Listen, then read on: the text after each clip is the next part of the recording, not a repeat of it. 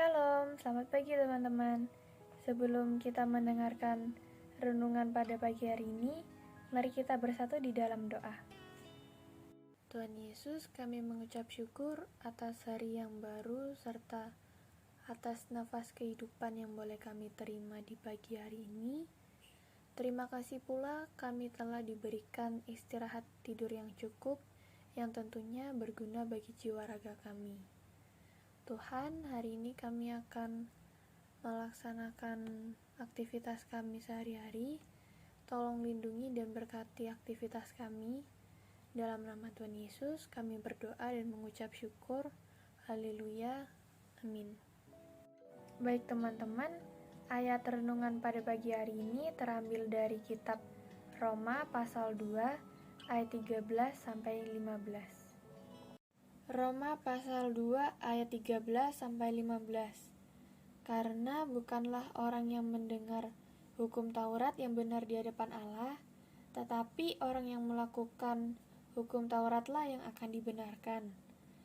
Apabila bangsa-bangsa lain yang tidak memiliki hukum Taurat oleh dorongan diri sendiri melakukan yang dituntut hukum Taurat, maka walaupun mereka tidak memiliki hukum Taurat, mereka menjadi hukum Taurat bagi mereka sendiri.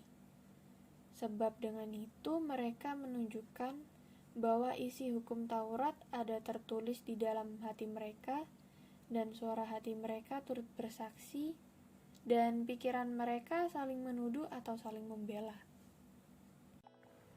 Keangkuhan hati manusia seringkali menjatuhkan diri mereka sendiri. Kebanggaan yang berlebihan terhadap diri sendiri menjadikan manusia tak berjaga-jaga dalam hidupnya. Inilah yang diperingatkan Paulus kepada orang-orang Kristen Yahudi di Roma. Pada saat itu mereka kembali mempertontonkan keangkuhan mereka.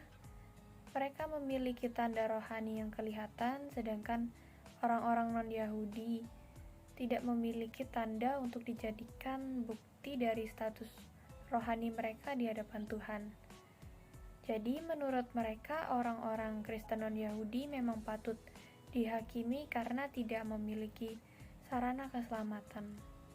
Lain halnya dengan mereka memiliki Taurat dan itu cukup untuk membuat mereka berbeda atau istimewa dibandingkan orang-orang Kristen non-Yahudi. Paulus mengoreksi keangkuhan rohani mereka atas kepemilikan Taurat, seolah-olah bangsa lain tidak memiliki sarana keselamatan terhadap Tuhan, yang menjadikan mereka lebih rendah status rohaninya di hadapan Tuhan. Paulus menyatakan bahwa anggapan tersebut salah, sebagaimana orang-orang Yahudi diberi sarana ketaatan secara tertulis atau Taurat Musa. Demikian pula orang-orang Kristen non-Yahudi diberi sarana ketaatan secara tidak tertulis, yaitu kesadaran hati nurani mereka terhadap hukum-hukum moralnya Tuhan. Setiap orang nantinya akan mempertanggungjawabkan segala perbuatannya sendiri di hadapan Tuhan. Memasuki masa Prapaskah ini, janganlah kiranya kita memiliki keangkuhan rohani, merasa diri kita itu paling istimewa, itu paling rajin, paling pintar, dan paling lainnya lah.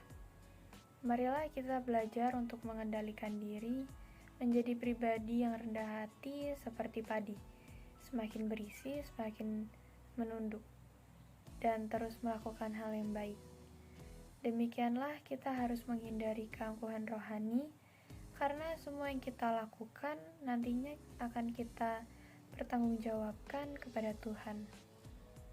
Baik teman-teman, kiranya kita menghindari keangkuhan rohani dan kiranya kita akan senantiasa diberkati oleh Tuhan. Baik teman-teman, sebelum kita mengakhiri renungan pada pagi hari ini, marilah kita bersatu di dalam doa. Tuhan Yesus, terima kasih kami telah mendengarkan sebagian dari firman-Mu. Kiranya firman-Mu dapat kami lakukan dalam kehidupan kami sehari-hari, dan sebentar lagi kami akan melakukan aktivitas kami. Kiranya Kau berkati dan lindungi kami ya Tuhan. Dalam nama Tuhan Yesus kami berdoa, haleluya, amin.